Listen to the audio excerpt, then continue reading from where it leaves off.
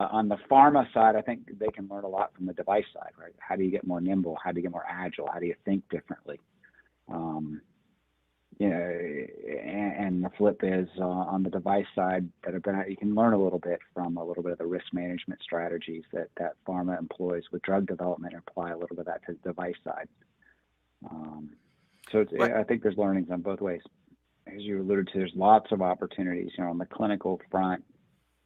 Probably true to everybody. We had some challenges with the pandemic and just either delaying studies, delaying recruitment, things that you really wouldn't think about setting out into this of how do you shut down a study if you've actually got to go into a site and you can't get in there? How do you go in, or how does the patient get their last visit in for the study?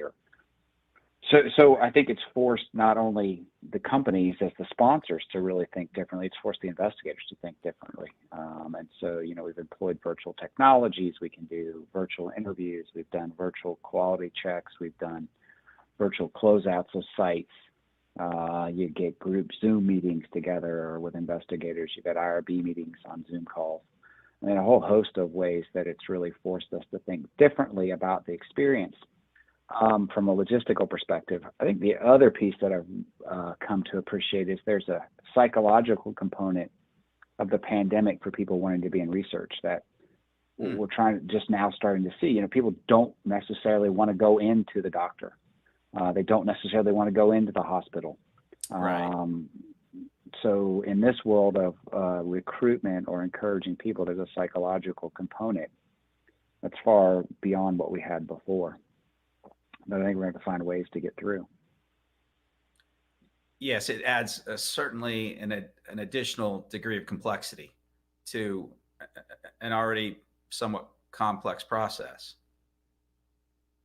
Yeah, absolutely. And when you look at that factor of some of our things we're looking at is how do you move the care and the study to the patient's home?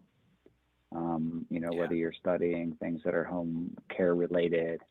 So for example, Baxter's in the renal business, and we do a lot of home peritoneal dialysis, right? So how do you take that, or you take our research to them? How are you going to meet the patients where they are and physicians where they are in the research space? I think it'll shift our paradigm, certainly into using technologies, certainly integrating devices that have ability to track data and communicate data through the device.